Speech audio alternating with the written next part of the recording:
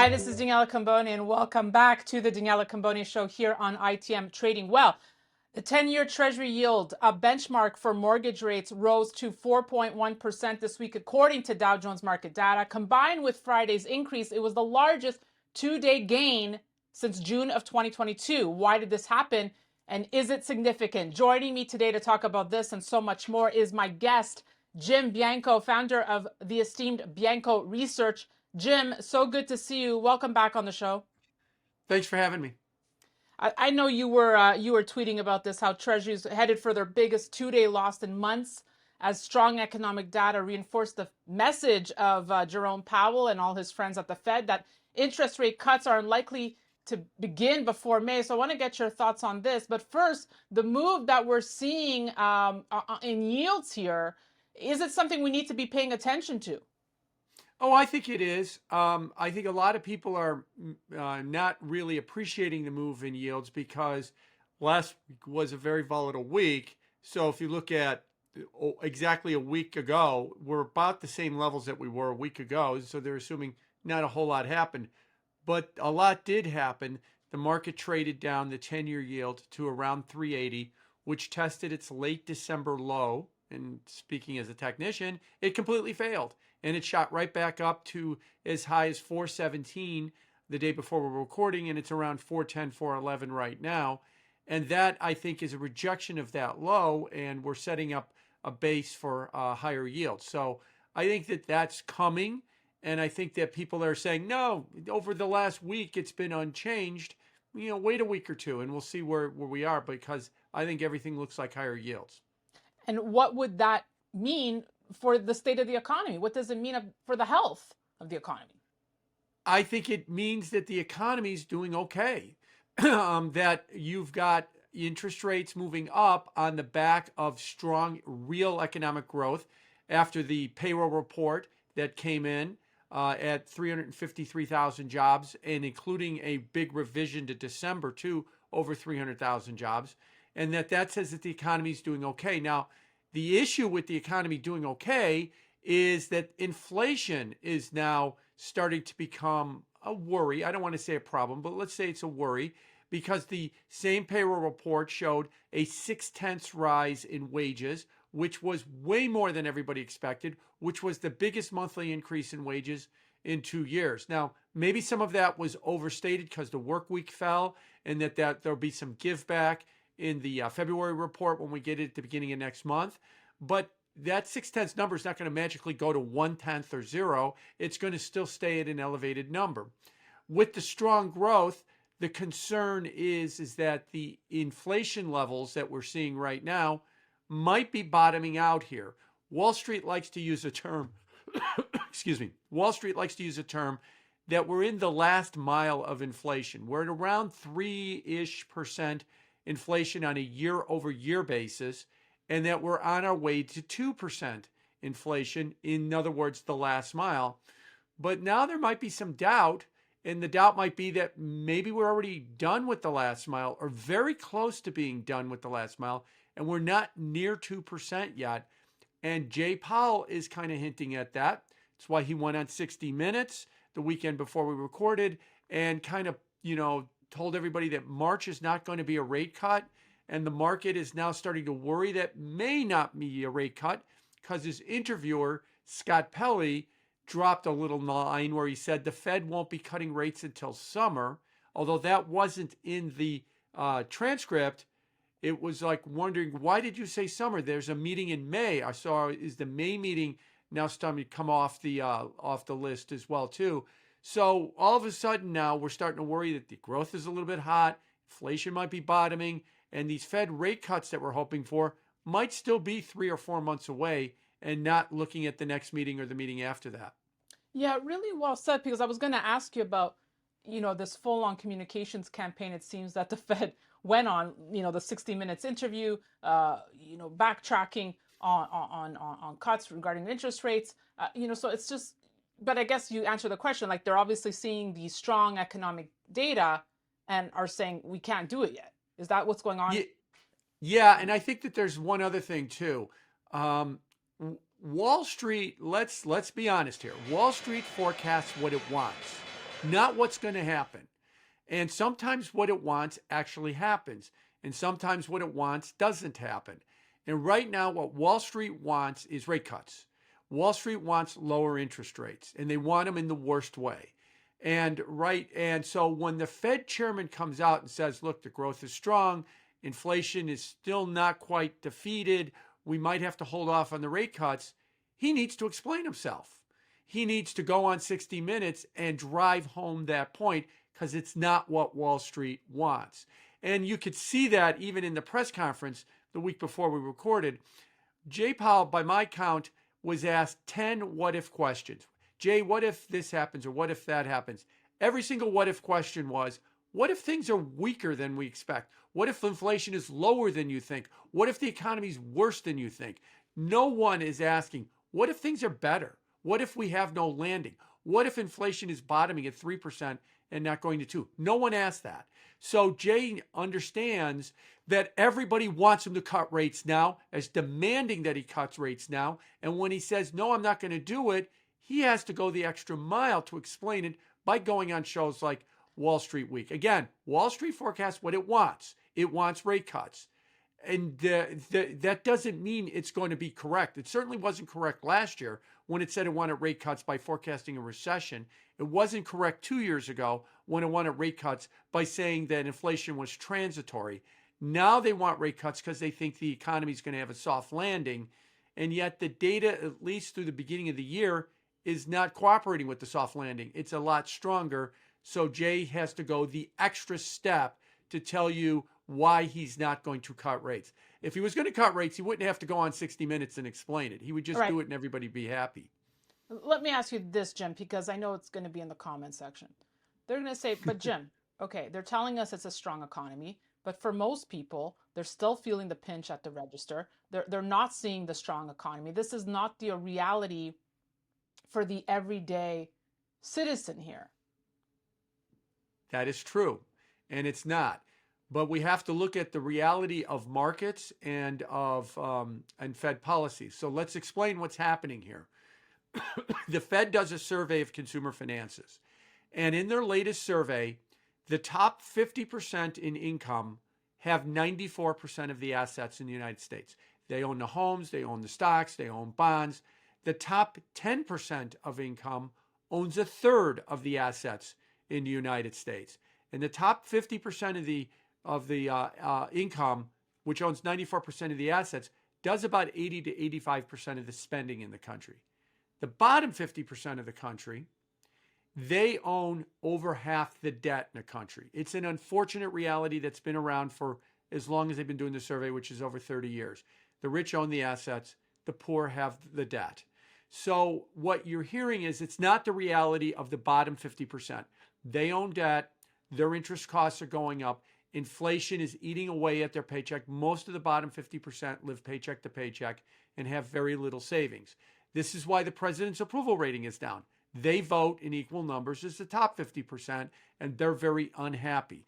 So yes, that's true. But the reality is when you look at GDP, when you look at consumer spending, when you look at inflation, that is driven by the top 50% and especially the top 10% of the country is what drives those numbers. So they're seeing new highs in the stock market. They're getting interest income because interest rates are at near 5%, at least on money market rates funds they are. They're feeling better about things right now, and they're spending and they're propelling the economy. If the Federal Reserve were to lower interest rates in this environment and stimulate the economy, they're just going to get the top end to spend even more. And if they do that, they risk igniting inflation so that the bottom end that only has debt and lives paycheck to paycheck sees prices rising faster, sees their borrowing costs going up. It's not going to help them. The only thing that's going to help them is to get inflation down. And then when the Fed cuts rates, you don't spark a fear that you're going to reignite inflation. I agree with Jay Powell. We're not there yet. And that he's got to be very careful about raising interest rates. So that is the unfortunate reality of this country. The top half of the assets, they've got new highs in the stock market. They're getting interest income. And the bottom half have debt, and they're seeing the debt, their interest costs go up, and they're also living paycheck to paycheck, and they're suffering from the cumulative increases of inflation over the last 3 years. Jim, that said, what's your take on the impact it will have on U.S. equities going forward here for the rest of the year? The biggest thing I think that's been driving equities for the last 18 months or maybe 2 years has been the competition of interest rates. Let's go back to late October. In late October, just 3 months ago, the S&P was up 7% for the year. The mid cap and the small cap stocks were down on the year. And if you took out the Magnificent Seven stocks, the other S&P 493 stocks were down on the year. That was the end of October of last year. What else did we have at the end of October of last year? 5% 10-year note. Then the bond market turned around and rallied hard through 4%, went down to 380 by the end of the year. The S&P went from up 7% to up 26%. So if you were to ask me, there's two sets of options you could give the stock market. Option one is give it strong growth and good earnings. Option two is give it lower rates. The stock market would say, give me lower rates. That's why everybody's forecasting lower rates. That if I was to say to you, the economy's strong, earnings are going to be good, the stock market's almost like it's, if I was to personify it, it's almost like it's saying, well, we don't want that, because then that means that interest rates are going to stay well above 5% and provide competition to stocks. And what is that competition? Dr. Jeremy Siegel updated his book, Stocks for the Long Run, last year, a new edition of it. In the book, he said, the long-term return for the stock market in general, given the valuations and everything else, is about 8%. In other words, if you bought SPY and you put it away for 5 or 7 years, you should expect about an 8% per annum gain. That sounds about right. Well, in 2019, when money market funds were at zero, we coined the term TINA. There is no alternative. You have to get out of zero and you have to get into something that's going to give you a return. Well, in early 2024, money market funds are, the average money market fund is 5.3% right now. That's about 2/3 to 70% of the gain that you're going to get in the stock market. And there's a lot, and that's why $1.5 trillion went into money market funds. There's a lot of people that are saying, yeah, that's good enough. I'm getting most of the stock market's gains without any market risk, because a money market fund has an NAV of $1. And that has been providing heady competition for the stock market, which is why when rates were going up, it struggled, and why rates were going down, it didn't. And that's why I said earlier, Wall Street forecasts what it wants. It wants people to buy stocks. How do you get people to buy stocks? Cut rates so you bring down money market rates, so we could dust off the term TINA again and tell you can't sit in a money market fund. You've got to move out into something with more risk. And right now, the problem is at 5.3%, most people, especially older boomers that are, say, in their 60s or 70s, that have the majority of the assets in the United States, are saying that's good enough. I'll keep most of my money in fixed income or in the short end of the yield curve, and I won't go racing out into something more, speculative. Remember, or the way I define a bear market, and this gets to those 60 and 70-year-olds that own the assets. A bear market is time. It's not price. Yes, you could argue, well, we could have a 20% decline. We did 2 years ago. We did 4 years ago in the stock market, but then it always bounces back. But what if I'm 65 years old and the stock market decides over the last 2 years, the return in the stock market's been essentially zero, down big in 22, up big in 23, and that continues for another 3 or 4 more years? I'm only going to live another 15 years. I'm not going to waste a third of my life expectancy waiting for new highs in the stock market. I'll take 5.3% a money market fund. Thank you very much. If you're 35 years old, that's a different scenario. But 35-year-olds don't have as much money as 65-year-olds. And so that's why I think that this competition for stocks is its biggest issue. So strong growth, good earnings. What the Wall Street hears is higher interest rates. That's not good. What we want is a soft landing, struggling earnings. We want the Fed to cut rates. Right. That means lower competition for stocks. That is good. So I think what's driving everything is the stock market. Is interest rates is driving the stock market. And to make all this even more interesting, Jim, it's an election year, right? So Right. Biden's camp wants, the higher stock market as well. We know the Fed is independent, but it just adds another dynamic to the entire mix. Right. Not only does Biden want a higher stock market, so does Trump. And I might add, putting my bias in here, assuming they will be the candidates in November, we'll see which one of the two or both wind up actually being the candidates. But Trump is also out there saying the stock market is rallying because it knows I'm going to be president. And Trump Right. is saying, and Biden is saying the stock market is rallying because our economic Right. plan is doing well. So they both want that. But as far as the Fed cutting interest rates in an election year, yeah, they've done that. They did that in 2020. They did it in 2008. They've done it before.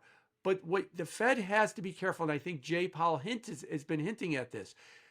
Cut rates, it will help Biden only if inflation is not a problem. If you cut rates and stimulate with inflation being a problem, you will produce a bad reaction in long-term interest rates, and long-term interest rates will go higher, not lower, and you'll get the opposite impact. And I'll give you one quick example.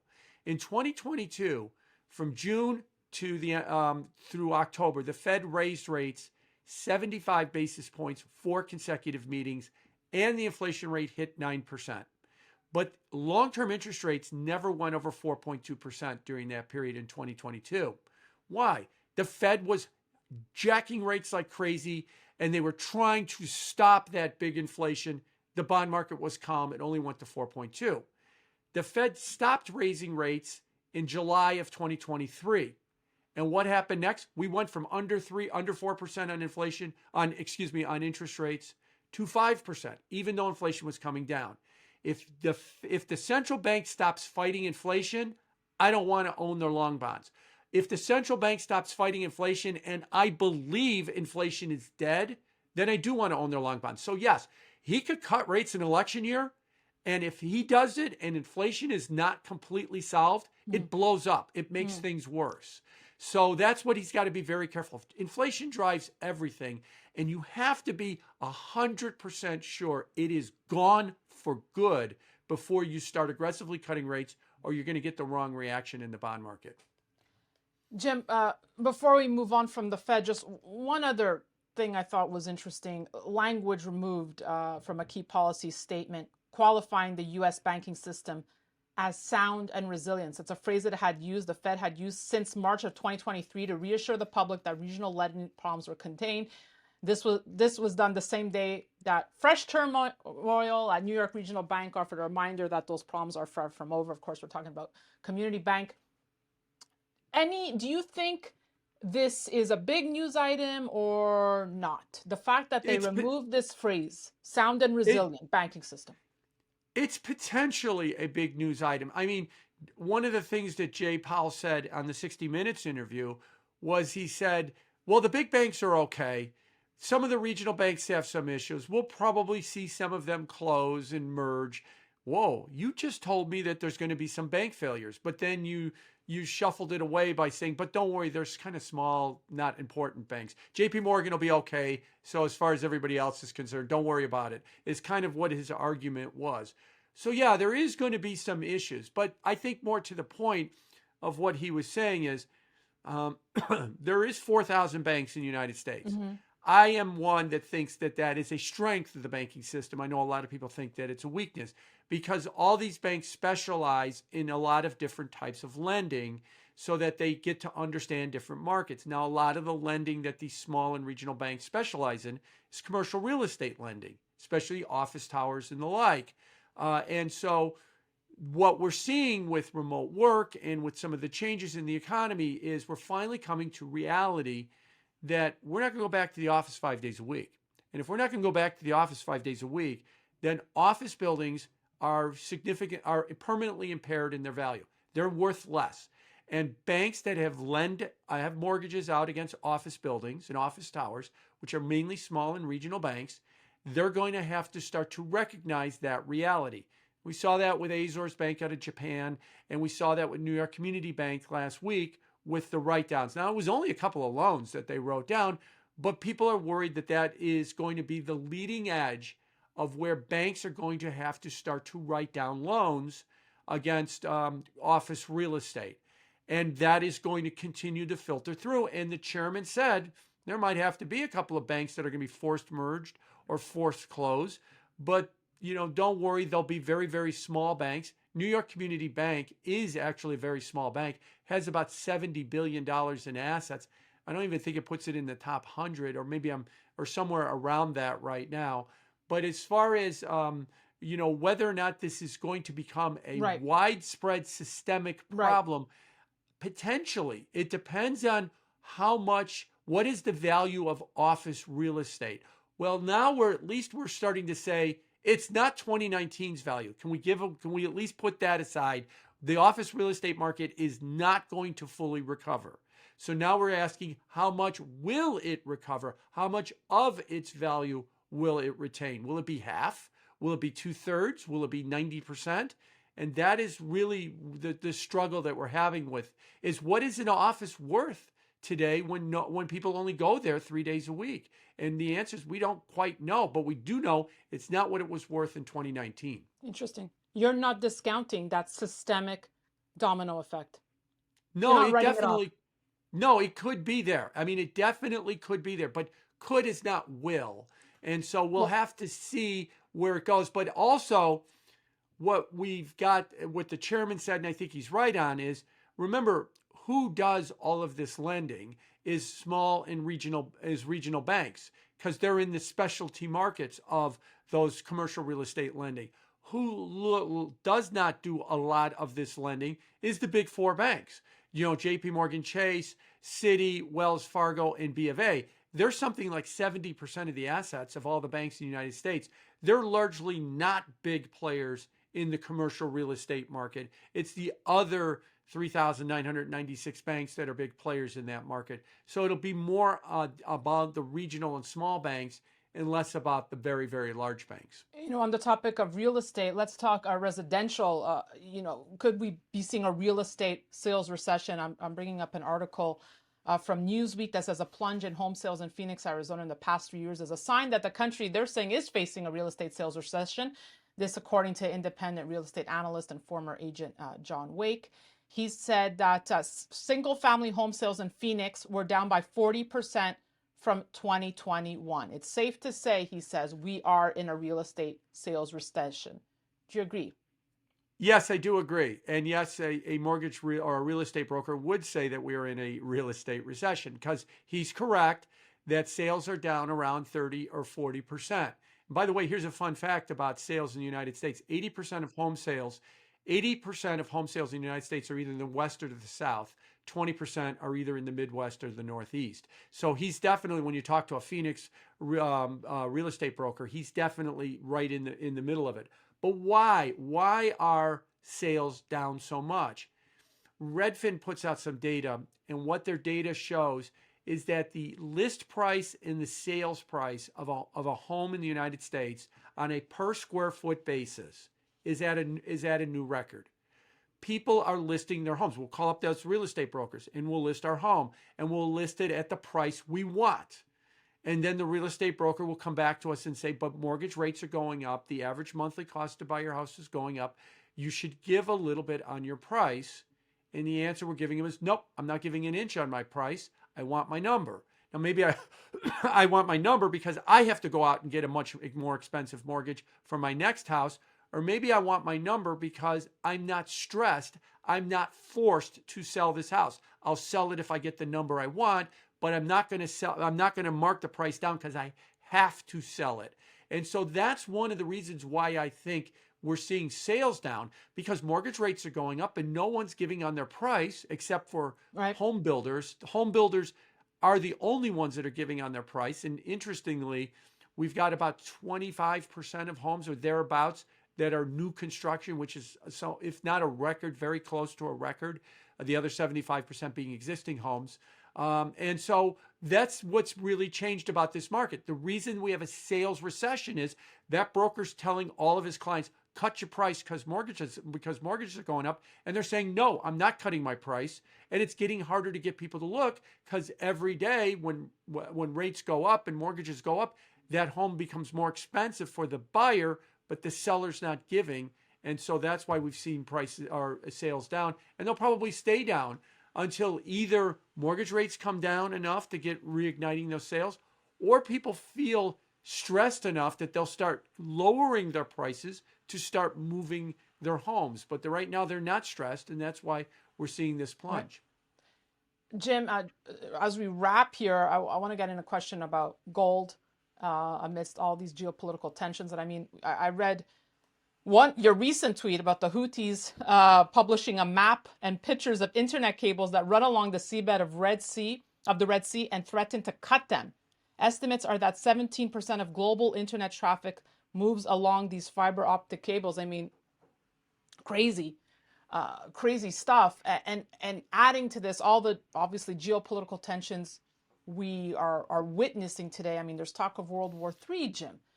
So thoughts on how gold is reacting in the face of all this? Is it doing what it should? Yeah, I mean, just to reiterate, yeah, between them firing missiles and drones at shipping in the Red Sea, and they did it again. They were recording. This is after the U.S. and the U.K. struck 85 targets over the previous weekend. They fired more missiles today. They're threatening to cut the cables that run through the Red Sea. Most of these big fiber optic cables, and there's dozens of them down in the Red Sea right now, they usually run along the shipping routes. And so a lot of them do run right past Yemen. And they're trying to disrupt, global commerce. And while if they cut those cables, it probably will cause some bottlenecks with the internet. It won't crash the internet or anything. It'll just cause some disruptions. They're still there. They're still threatening, and they're still in an issue. And you're right. Some people actually, it looks like we're on the way of World War III. There are some geopolitical strategists saying it's already begun. World War III has already begun right now, and which is a disconcerting thought. And the reason I bring that up is, given all of this, gold is near an all-time high. I would have thought it would be doing a lot better than this right now, that it wouldn't just be, in the low 2000s. I thought it would be approaching 2,500 with all of the problems we have in the world. But here's the problem I think we've got with gold. If you back up 50 or 60 years ago, and people were worried about the financial system, 50 years ago, the middle of the 70s, you had the oil embargo and you had very high inflation. And people said, I'm worried about the financial system. What do? I get my money out of the financial system. How do I do that? I buy gold. Well, how do I buy gold? It was difficult. You had to buy Krugerrands, which are coins, or you had to buy warehouse receipts in a foreign country. And this was very, very difficult and very, very expensive. But if you wanted your money away from the financial system, away from all that risk, that was the way you did it. What have we done with gold in the last, maybe in the last 30 years more than the last 50 years? We've financialized it. We've sucked it into the financial system. We've created futures contracts. We've created options. We've created derivatives. We've created ETFs. We've made it very, very easy for you to buy gold in your brokerage account, no different than if you wanted to buy Amazon or if you wanted to buy Microsoft. You can buy gold just as easily. Well, the problem with that is now we've sucked it into the financial system, and the allure of gold was, I want to get it out of the financial system. But if you're buying a receipt that says it owns gold that trades on the New York Stock Exchange, which is a gold ETF, you're still part of the same system. And so what you've seen with gold is it trades like a fiat currency. It rallies when the dollar weakens. It goes down when the dollar strengthens. The euro does the same thing. So all of a sudden, it just becomes like another fiat currency. By sucking gold into the financial system, you're losing the allure of it being an alternative. And if I could go off on a quick 3-second tangent, Please. the crypto crowd is making exactly the same mistake. Oh, yes, let's have a Bitcoin spot ETF.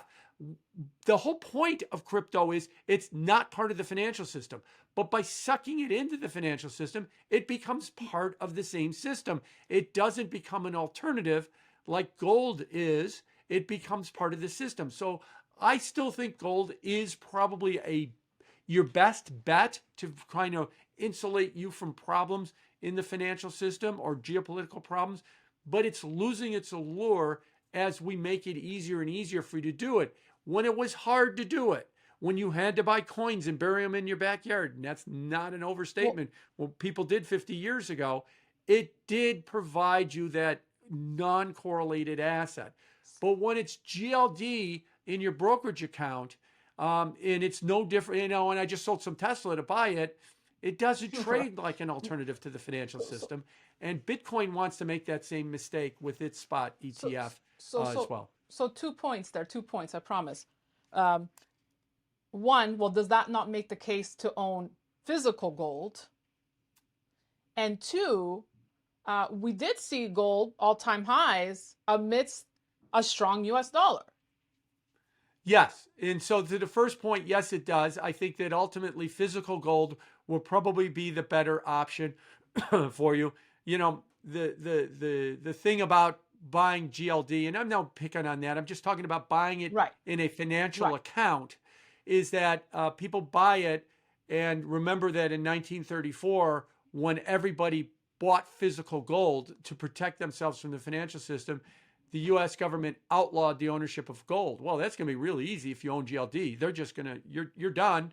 Your holdings are now frozen and you can't get them anymore. So yes, you'd probably want to buy physical gold. Now, you're right. It is at an all-time high. What I'm arguing is, given the backdrop, I would have thought it would have been done much better than make a new all-time high by $20 or $30. I would have thought that gold would have done a whole lot better than that. Like I said, it'd probably be pushing $2,500, 20 or 25% higher than it actually is, given all of the positives that we've seen with the gold market, at least from the demand standpoint. And that's because we've over financialized it, is what we've done. Like I said, if you're worried about World War III, if you're worried about the financial system, what do? There ain't a whole lot of options. One option is gold, another option is crypto. Those are somewhat uncorrelated assets, and they do seem to still hold those properties. But as you suck them in and make it easier and easier for you to buy them in a brokerage account, they become part of the system you're trying to get away from, and that mutes their ability. So, like I said, I'm want to be more bullish on gold. I'm more of a frustrated bull on gold. I look at it and go, man, it is on the runway and it can't go. And I've been saying that now for 3 years. I mean, it couldn't even go during COVID. I would have thought that would have put 3,000 on gold when you had the COVID lockdowns. And we didn't even do anything like that with gold back then. And so that's why I'm more of a frustrated bull. And central banks buying at record amounts, right? Right, exactly. And people getting interested in it as well too. And all the environmental restrictions on mining, so that we are not even increasing the outstanding supply. But the problem is, you buy gold because you think you're not part of the financial system, but you actually more and more are becoming part of the financial system. Interesting. Jim, Bianco, solid thoughts. I mean, you do great work at Bianco Research. I invite everyone to check it out. Thank you for continuing with your education. Thank you. Appreciate your time, and I hope to see you soon. We will see all of you real soon. So be sure to stay tuned to the Daniela Cambone Show here on ITM Trading, and to sign up so you don't miss a beat at danielacambone.com. That's it for me. Thanks for watching.